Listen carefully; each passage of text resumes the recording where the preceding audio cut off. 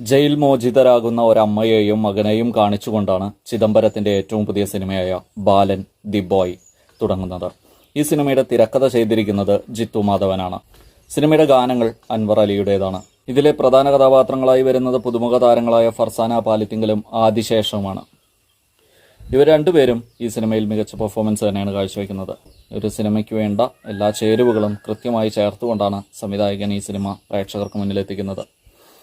ജയിലിൽ നിന്ന് പുറത്തിറങ്ങുന്ന അമ്മയും മകനും അവരാദ്യം ചെയ്യുന്നത് അവരുടെ ഐഡന്റിറ്റി ഉപേക്ഷിക്കുകയാണ്, അഥവാ ഈ സിസ്റ്റത്തിന് പുറത്ത് കിടക്കുകയാണ്.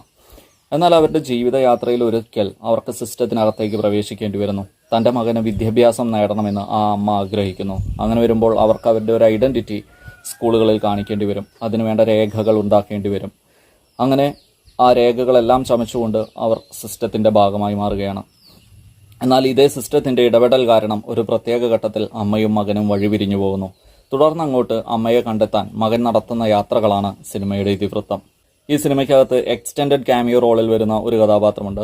സിനിമ കണ്ടിട്ടില്ലെങ്കിൽ, ഒരുവിധ ആളുകളെല്ലാം ഈ സമയത്തിനകം സിനിമ കണ്ടു കാണും. ഇനി അഥവാ കണ്ടിട്ടില്ലെങ്കിൽ അതാരാണെന്ന് ഞാൻ പറഞ്ഞ് സ്പോയിലർ ചെയ്യുന്നില്ല. സിനിമയുടെ വിഷ്വൽസ്, സിനിമയുടെ ഗാനങ്ങൾ, സിനിമയുടെ പശ്ചാത്തല സംഗീതം, അഭിനേതാക്കൾ എല്ലാവരും നല്ല രീതിയിൽ തന്നെയാണ് ചെയ്തിട്ടുള്ളത്. ഇതിനകത്ത് ഏറ്റവും പ്രധാനപ്പെട്ട റോളിൽ വരുന്നത് ജീൻ പോൾ, അത് ജൂനിയർ ലാലാണ്. അദ്ദേഹം ആ റോള് തൻ്റെ കഴിവിൻ്റെ പരമാവധി നന്നായി തന്നെ ചെയ്തിട്ടുണ്ട്.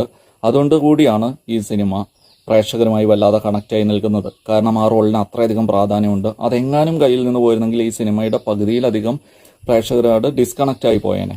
അത്രയും നല്ലൊരു റോൾ, അത്രയും മികച്ച രീതിയിൽ അദ്ദേഹം പെർഫോം ചെയ്തിട്ടുണ്ട്.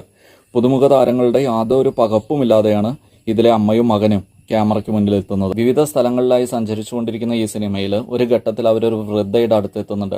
അവിടെ ആ വൃദ്ധ ചെയ്തിരിക്കുന്ന വേഷം ഭയങ്കര ഇമ്പാക്റ്റാണ് തിയേറ്ററിൽ സൃഷ്ടിക്കുന്നത് എനിക്ക് അനുഭവപ്പെട്ടത്.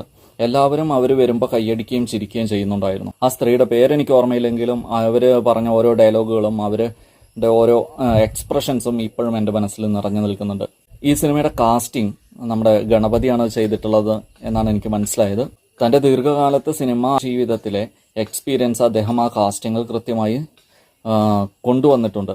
സിനിമ ഇറങ്ങി 4-ാം ദിവസം ഞാൻ സിനിമ കാണുമ്പോഴും തിയേറ്റർ ഹൗസ്ഫുള്ളായിരുന്നു എന്നത് സിനിമയെ പ്രേക്ഷകർ ഏറ്റെടുത്തു എന്നുള്ളതിൻ്റെ ഒരു ഉത്തമ ഉദാഹരണം തന്നെയാണ്.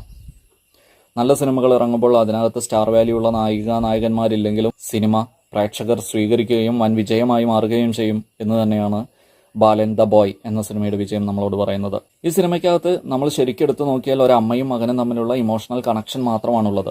പക്ഷേ ആ ഒരു ബന്ധം, ആ ഒരു കണക്ഷൻ യൂണിവേഴ്സൽ കണക്ഷൻ ആയതുകൊണ്ടാണ് എല്ലാത്തരം പ്രേക്ഷകർക്കും എല്ലാത്തരം മനുഷ്യർക്കും ഈ സിനിമ തങ്ങളോട് സംവദിക്കുന്നതായി തോന്നുന്നതും ഈ സിനിമ പ്രേക്ഷകർ ഒന്നടങ്കം ഏറ്റെടുക്കുകയും വലിയ കാസ്റ്റോ ക്രൂവോ ഒന്നുമില്ലെങ്കിലും സിനിമ വൻ വിജയമായി മാറുകയും ചെയ്തിട്ടുള്ളത്.